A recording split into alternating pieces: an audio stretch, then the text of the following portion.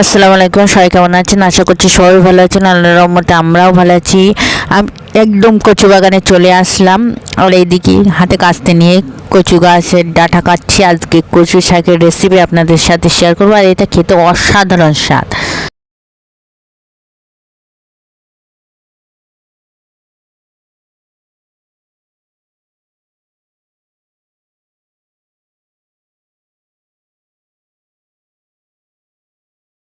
সবাই কচু শাকে মানে মাছ মাংস হলে খেতে চায় না, কিন্তু কচু শাকে হলেই সবাই চায়। দেখো কোন ডাঁটাগুলো নিয়ে এসেছি, আমি ছিলছি আর এক হাতে পেপার দিয়েছি, কেন কচু মাছ থেকে হাত কালো হয়ে যায়। আমার ছেলে আমার হাতে ভাত খেতে চাইবে না, তখন আবার রাগারাগি। আর এই শাকটা ভালো করে ধুয়ে নিতে হবে। এদিকে আমার শাক ধোয়া কমপ্লিট। ছোলা হচ্ছে চিংড়ি মাছ, রসুন, গোটা রসুন, পেঁয়াজ আর ঝাল, আর কিছু না, লবণ, হলুদ, চিনি।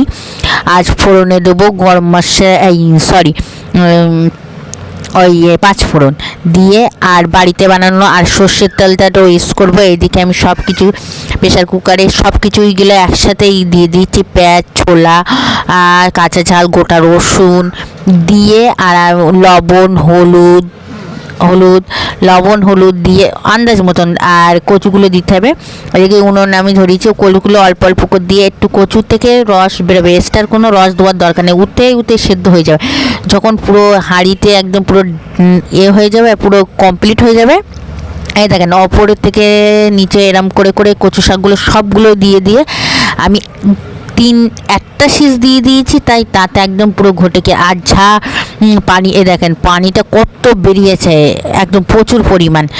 এবারে সবগুলো দিয়ে আমি একটা সিটি দিয়ে ঘুটিয়ে নিয়েছি একদম মাশাআল্লাহ। আর অল্প চিনি দিয়ে দিয়েছি। আর এদিকে জিরে, মরিচ, এলাচ, রংফুল, দারচিনি এটা বেটে নিয়েছি, যেমন ঘ্রাণটা, শাকের ঘ্রাণটা।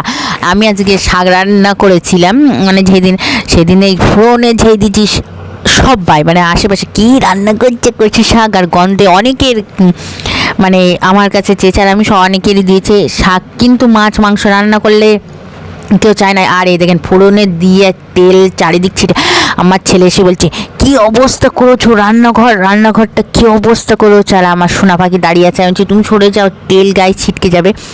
এইদিকে আমার রান্না পুরো প্রায় কমপ্লিট। আর একটু ঝোল আমার একটু পছন্দ, কিন্তু অনেকের শুকনো পছন্দ, কিন্তু কচু শাকটা বাসি হলে খেতে টেস্ট। আর এইদিকে বাড়িতে বানানো গরম মশলার গুঁড়ো দিয়ে দিয়েছি।